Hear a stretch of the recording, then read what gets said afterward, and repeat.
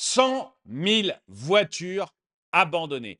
La voiture électrique, c'est tellement merveilleux, qu'à partir du moment où un État arrête de subventionner ses bouses à roulettes, vous avez 100 000 voitures qui rouillent un peu partout.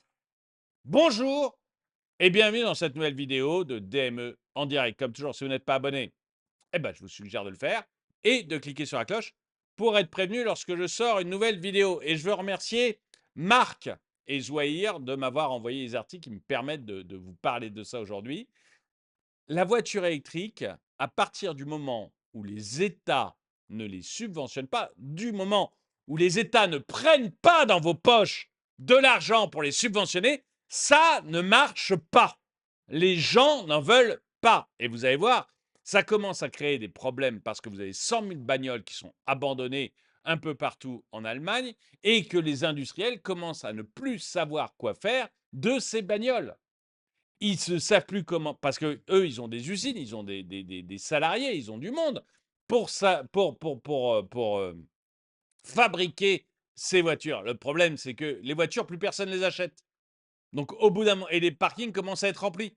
Donc, au bout d'un moment, ils ne savent plus quoi faire de ces bouses. Ils vont devoir les brader. Et vous allez voir qu'après avoir fait des problèmes de déficit dans les caisses des États, c'est pour ça que l'Allemagne arrête, hein, c'est parce que ça lui coûte beaucoup trop cher.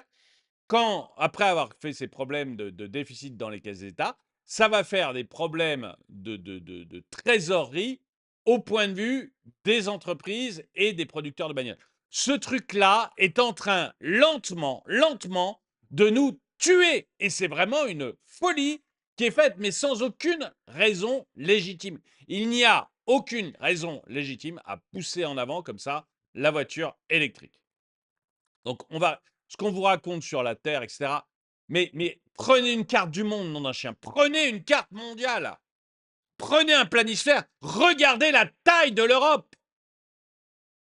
Et si vous croyez qu'avec la taille de l'Europe, qui passe en voiture électrique, on va changer l'ensemble de la planète, mais réfléchissez.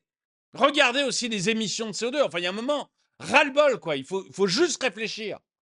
Il faut juste réfléchir. Il n'y a aucune justification. En dehors de vouloir être dans le camp du bien, il n'y a aucune justification à payer aussi cher pour ces bouses.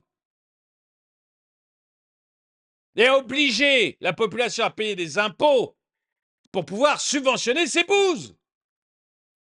Je pense qu'à un moment, il faut réfléchir, il faut juste penser, quoi. C'est, je m'énerve, je suis désolé. La récente découverte de 100 000 voitures électriques stockées dans divers parkings en Allemagne met en lumière les effets dévastateurs de la suppression des subventions gouvernementales. Cette situation soulève des questions cruciales sur la dépendance des marchés à l'égard des incitations publiques et sur la viabilité à long terme des stratégies industrielles orientées par des politiques interventionnistes. Le contexte de la surproduction. Une étude de l'université de Chemnitz révèle qu'environ 100 000 voitures électriques, à la fois de fabrication nationale et importée, alors c'est allemand, hein, donc fabrication nationale allemande et importée, encombrent actuellement des parkings en Allemagne. Ces véhicules, garés près des usines, des concessions et des ports, illustrent le déséquilibre entre la production et la demande. Et dès que un État arrête de subventionner, on voit s'il y a une demande. Et il n'y a pas de demande. Il n'y a pas de demande. Vous avez 100 000 bagnoles qui pourrissent sur des parkings. Il n'y a pas de demande.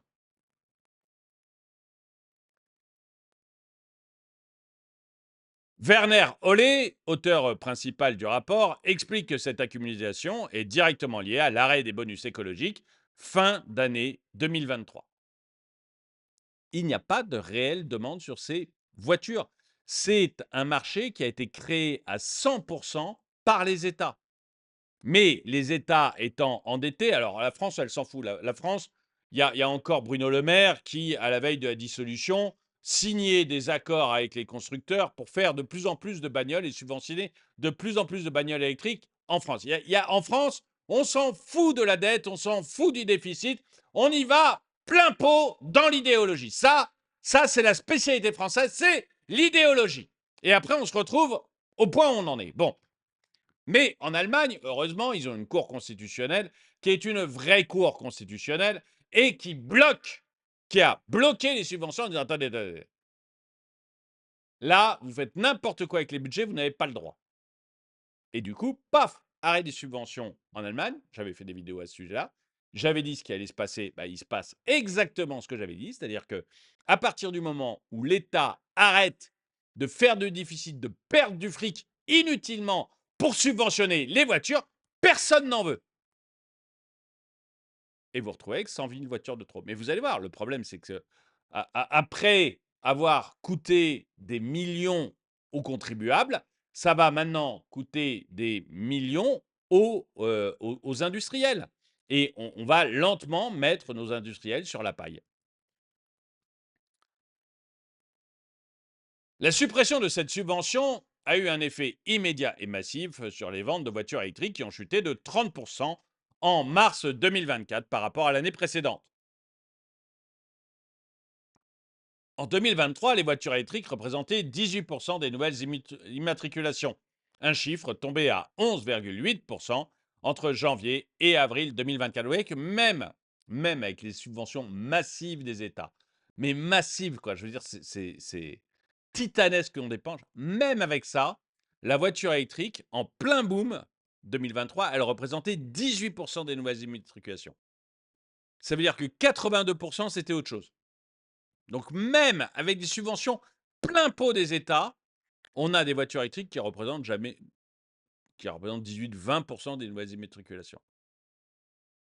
Je vous dis, à un moment, les États vont devoir s'arrêter. La France, je ne sais pas si c'est le prochain gouvernement ou si c'est le FMI qui nous dira stop, mais à un moment ou un autre, on va nous dire stop. Arrêtez les conneries, on va nous dire. De manière peut-être plus élégante, mais c'est ce qu'on va nous dire. À ce moment-là, on va arrêter de subventionner ces bouses. Vous allez voir qu'on va passer, que le pourcentage va s'effondrer, des ventes va s'effondrer, comme ça a été le cas en Allemagne. On est passé de 18 à 11. Donc voilà, on va avoir des voitures électriques qui vont peut-être représenter en France 10-12% des ventes. Et tout le reste, ça va être du thermique et de l'hybride. Vous allez voir, ça va être, mais la voiture électrique représente ça, effectivement, 10-12%. Je veux dire, ça va pas. Mais on va rentrer enfin dans un vrai marché et j'espère qu'on va arrêter de nous casser la tête avec ces couillonneries. Mais j'ai l'impression que von der Leyen, je l'entendais récemment, là, Ursula, avec un peu de chance, elle n'est pas là pour trop longtemps, on va voir. Mais Ursula était encore à fond, mais à fond dans la bagnole électrique, dans les énergies renouvelables, dans tout ce qui nous a détruit économiquement. Ça, ils n'ont pas changé. Avec un peu de chance, on va nous la remplacer aussi rapidement, celle-là. Mais pour moi, la voiture électrique, effectivement, si ça représente 10%, à mon avis, c'est le maximum. Voilà. 10, allez, on va dire 10-15% maximum de ventes. Le reste, les gens ont besoin de thermique, ils n'ont pas besoin d'électrique. En comparaison, la France a maintenu une meilleure performance avec une part du marché des véhicules électriques de 18%, enfin 17,7% sur la même période, donc la période janvier à avril. Et sur cette période où l'électrique a fait 17,7% des ventes, je rappelle juste qu'il y avait encore la prime Macron. Vous savez, la merveilleuse prime qui permettait, je ne sais plus comment on l'appelait, celle-là, mais qui vous permettait d'acheter une voiture électrique à moins de 100 euros. Et l'État, lui, à chaque voiture électrique, payait 13 000 euros. Enfin, il payait. Non, il n'a pas encore payé, hein, les concessionnaires. Ils attendent toujours de pouvoir recevoir leur fric parce que l'État, lui, forcément, comme il n'a plus un fifrelin dans les caisses, il est en train d'essayer de faire un crédit à la consommation auprès des concessionnaires. Donc mais j'ai fait une vidéo là-dessus. Mais vous vous rendez bien compte que ça ne va pas pouvoir durer, même si vous avez Bruno Le Maire qui a encore signé des accords il y a une semaine ou deux, ça ne va pas pouvoir durer ces machins-là. Et on va avoir, même chose, on va passer de 17,7% à 11, 10, 11, 12% des ventes dès que la France ne pourra plus subventionner ces machins-là. Les acteurs les plus touchés, les géants de l'industrie, tels que Tesla et BYD, sont particulièrement impactés par cette situation. Les modèles chinois de BYD s'accumulent dans les ports de Bremerhaven tandis que les véhicules Tesla se trouvent stockés dans l'ancien aéroport militaire de Brandenburg. Tesla, vu la tête que fait actuellement l'entreprise, je pense que c'est une entreprise qui va connaître de sérieux problèmes dans les mois qui viennent. J'ai fait pas mal de vidéos sur Tesla. Ça sent très très mauvais pour les actionnaires en tout cas. Cette surabondance de stock impose des coûts de stockage élevés et oblige les constructeurs à envisager des remises importantes pour écouler leurs véhicules. Et vous voyez, là, c'est pour ça que je vous disais que en fait, le problème, il va passer des États. Donc, les États, c'est vous. Hein. L'État, c'est vous qui payez. Hein. Y a pas, je sais que François Hollande disait c'est gratuit, c'est l'État qui paye. L'État, c'est vous. Hein. Donc, c'était gratuit effectivement pour François Hollande. Mais vous, pauvres pécores, vous payez les impôts. Et même si vous n'avez pas l'impression de payer d'impôts sur le revenu, je vous rappelle toutes les taxes que vous payez plus ou moins discrètes. Bon. Donc, le problème va passer de vous, pauvre pécor qui payez vos taxes et vos impôts, aux constructeurs. Alors, si c'est BYD, on va pas pleurer, mais Tesla, il a des usines. Je ne sais pas s'il y a des usines en France, Tesla, je ne me rappelle plus. Mais voyez, on va pas pleurer sur les constructeurs étrangers, mais vous allez retrouver les mêmes problèmes chez Stellantis, vous allez avoir les mêmes problèmes chez Renault, vous allez avoir les mêmes problèmes chez BMW, chez Volkswagen, chez Mercedes.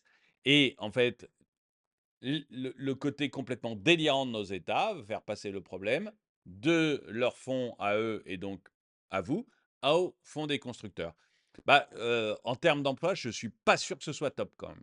Voilà, ça va vous coûter moins cher vous directement, mais en termes d'emploi, je ne suis pas sûr que ce soit top. Et c'est des folies que j'ai dénoncées depuis le début. Et voilà, et ça arrive. Petit à petit, ça arrive parce que le réel, il est réel.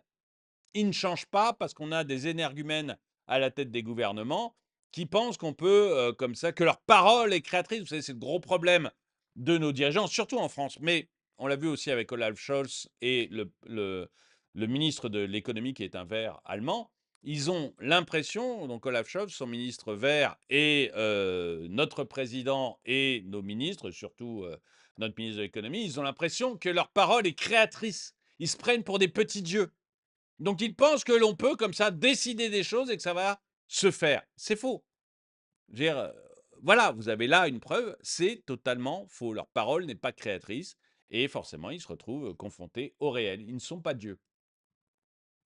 Vous savez, Dieu, on dit qu'il a la parole créatrice parce que dans la Bible, vous avez que la lumière soit et la lumière fut. Dieu dit que la terre soit. Je ne sais plus si c'est la vraie parole, mais Dieu dit que la terre soit et la terre est. Voilà, il n'a pas besoin de construire, de fabriquer, d'avoir des plans compliqués. Il dit, c'est fait. La parole de Dieu est créatrice dans la Bible.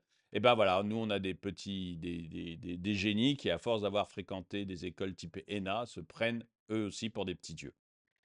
Face à cette crise, certains constructeurs prennent des mesures drastiques. Tesla, par exemple, prévoit de suspendre la production de son usine de Berlin pendant 5 jours en juin pour ajuster ses volumes de production.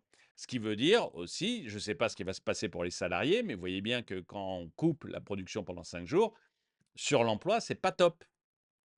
Et vous allez voir que ça va arriver de plus en plus dans des usines. Une telle mesure indique non seulement la gravité de la situation, mais aussi la flexibilité nécessaire pour réagir à des fluctuations de marché imprévues. Le rôle des incitations publiques. La dépendance aux subventions publiques pour stimuler les ventes de véhicules électriques est une question centrale de ce débat. L'Allemagne, autrefois leader dans le domaine avec 524 200 voitures électriques vendues sur son marché national et 786 000 exportées en 2023, se trouve maintenant à un carrefour. Le gouvernement n'a à ce jour pas annoncé de nouvelles subventions pour relancer la demande. Les constructeurs, eux, c'est pas écrit, hein, mais c'est moi qui vous le dis, les constructeurs, notamment Stellantis et Volkswagen, avaient dit bah, février-mars, on va payer. Donc, ils avaient offert des grosses primes en attendant un plan de relance de l'État. Mais l'État allemand, voilà, il est comme tous les États européens. Il est en difficulté financière. En plus, les Allemands ont fait des couillonneries gigantesques. C'est d'ailleurs pour ça que Olaf Scholz, le chancelier, a pris une énorme claque aux élections.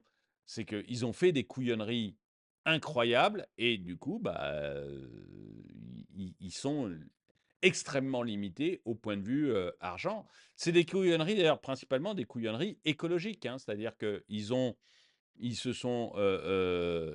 abandonné le nucléaire pour des raisons écologiques et le ministre de l'économie a avoué qu'il avait truqué lui-même les chiffres, qu'il avait dit des mensonges. Il l'a avoué lors d'une interview.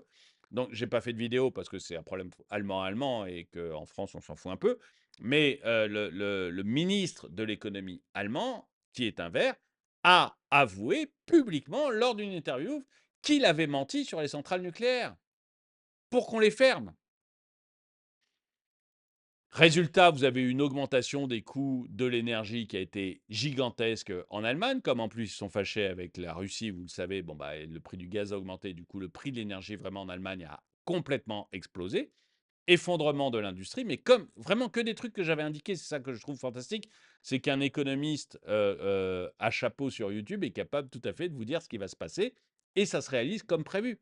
Donc, ils ont eu un coût de l'énergie qui a augmenté. Vous avez eu tout simplement l'industrie allemande qui s'est retrouvée, mais sur le carreau et qui est en train de quitter l'Allemagne. Ils ont un énorme problème industriel. Comme en plus, ils sont allés tuer, enfin pas tuer, mais ils ont commencé à étrangler leur propre industrie, c'est-à-dire automobile, je veux dire, c'est-à-dire les BMW, les Mercedes, etc., qui faisaient des tabacs avec leurs voitures thermiques. Ils ont commencé à les étrangler en les obligeant à passer à l'électrique. Voilà, vous voyez, que des virtue signaling, que de l'écologisme à deux balles, de l'escrologisme qui a mis l'Allemagne à genoux. Bon, bah, résultat, ils n'ont plus l'argent pour pouvoir subventionner les bagnoles. Résultat, les bagnoles électriques, elles s'entassent dans des parkings parce que personne n'en veut. Parce qu'en fait, il n'y a pas de réelle envie de la bagnole électrique dans la population. Et ils ne peuvent pas relancer leur subvention parce que ils sont sérieux. Hein, c'est pas des Macron ou des Bruno Le Maire, etc. Eux, ils sont sérieux. Quand ils n'ont pas de sous, ils n'ont pas de sous, ça s'arrête. Donc ils peuvent pas le relancer et c'est une catastrophe. Nous, on n'est pas sérieux, on est des branquignoles. Résultat, on a des déficits monstrueux, on a une dette monstrueuse. Le budget 2025 est quasiment impossible à faire et bonne chance au prochain gouvernement, hein, parce que c'est quasiment irréalisable. Certains soupçonnent même que Macron a dissous à cause de ça, en se disant bah, c'est un autre qui va récupérer le bébé. Mais donc on n'est pas sérieux, mais un jour ou l'autre, nos amis européens ou le FMI vont nous dire stop, terminé les gars. Fini. Finito. Terminé. Vous revenez au sérieux et à ce moment-là, on va arrêter de subventionner ces bouses. Alors, excusez-moi, hein, je fais une petite incise, mais je trouvais ça important. Cette situation met en lumière un problème fondamental des politiques d'incitation. Elle crée des distorsions de marché et une dépendance qui peuvent se révéler désastreuses une fois les aides supprimées. Vous avez mis tous vos constructeurs sur la voiture électrique alors que le client n'en veut pas. À partir du moment où vous arrêtez de la subventionner, eh ben, tous vos constructeurs sont sur le carreau. Voilà, je veux dire, c'est vraiment de la folie d'État. Les enjeux économiques et industriels. L'arrêt des subventions et la réaction en chaîne qu'elle a provoquée soulignent les dangers d'une dépendance excessive aux aides gouvernementales pour des secteurs industriels entiers. Le marché des voitures électriques, encore en pleine expansion, nécessite une transition plus en douceur et moins dépendante des politiques publiques pour assurer une croissance stable et durable. Ce qu'il fallait faire, c'est laisser la voiture électrique évoluer sans aide publique. Et il y aurait eu peut-être de plus en plus de consommateurs, ou peut-être pas, mais on s'en fout. Écologiquement, ça n'a aucun intérêt. Mais aucun, encore une fois, regardez un planisphère et puis vous verrez bien à quel point l'Europe est petite. Il faut arrêter de croire que Paris, c'est l'ensemble du monde, quoi. Il y a un moment, il faut réfléchir. Donc ça n'a absolument aucune incidence au point de vue écologique. Zéro incidence. Zéro. C'est uniquement du virtue signaling. Mais à cause de ça, on perturbe complètement le marché. Les Si vous aviez laissé faire les gens, bah, les gens seraient peut-être allés vers l'électrique ou peut-être pas. Ça n'aurait rien changé sur le climat et c'est juste la population qui aurait dit: «Oui, cette technologie m'intéresse. Non, cette technologie m'intéresse pas. Oui, ça a tel, voilà, ça a un bon rapport qui est pris. Non, ça a pas un bon rapport qui a été pris». Petit à petit, peut-être qu'on aurait vendu de plus en plus de voitures électriques ou peut-être qu'on n'en aurait jamais vendu une. Ça n'aurait rien changé à notre vie. On aurait payé moins de taxes, les États seraient moins endettés, on n'aurait pas des problèmes avec les constructeurs chinois et on aurait une industrie qui fonctionnerait normalement. Le coût de stockage et la nécessité de remises importantes pour écouler les stocks représentent une perte financière significative pour les constructeurs. Les remises nécessaires pour stimuler la demande risquent de réduire les marges bénéficiaires et d'affecter négativement la santé financière des entreprises. Cela démontre, et c'est le premier employeur mondial, hein, la bagnole. Mondial, pardon, européen, la voiture. C'est le premier employeur européen. L'Allemagne, c'est ses premières exportations. C'est le produit le plus exporté d'Allemagne, c'est la voiture. Donc, il y a un moment, faut vraiment se mettre à réfléchir. Cela démontre, une fois de plus, l'importance de laisser les forces du marché déterminer les niveaux de production et de consommation plutôt que de les manipuler par des subventions temporaires. Surtout que les subventions, encore une fois, c'est des sous-sous qu'on vient chercher dans vos poches. La situation actuelle en Allemagne est un exemple frappant des effets pervers des politiques interventionnistes sur le marché des véhicules électriques. La surabondance de stock et la chute des ventes suite à l'arrêt des subventions montrent clairement les limites d'une telle politique. Eh bien, j'aimerais avoir votre avis là-dessus. Moi, je suis d'accord totalement avec cet article et j'aimerais avoir votre avis là-dessus. Est-ce que vous pensez que non, qu'il faut subventionner la voiture électrique parce qu'on va sauver la planète ou pour d'autres raisons, peu importe, vous pensez qu'il faut subventionner la voiture électrique et l'Allemagne a fait une erreur, mais la France, elle, ne la fera pas. Est-ce que vous pensez que bah, même la France va devoir arrêter de subventionner parce qu'on n'a plus un radis dans ce pays, donc il serait temps juste de vérifier ce que l'on fait et qu'on arrête de dépenser l'argent n'importe comment? Et est-ce que vous êtes d'accord avec moi sur le fait qu'on n'aurait jamais dû subventionner la voiture électrique et juste laisser le marché faire son œuvre et que si la voiture électrique est une bonne voiture, eh bien, elle aurait trouvé son public. Alors que si c'était une mauvaise voiture, bah, elle serait juste viandée. Et aujourd'hui, on serait beaucoup plus tranquille et un peu plus riche. Dites-moi ce que vous en pensez dans les commentaires. En tout cas, merci d'avoir regardé cette vidéo. Merci d'avoir regardé cette vidéo. Commentez-la, partagez-la. Merci à tous ceux qui soutiennent la chaîne. Et moi, je vous dis à très bientôt.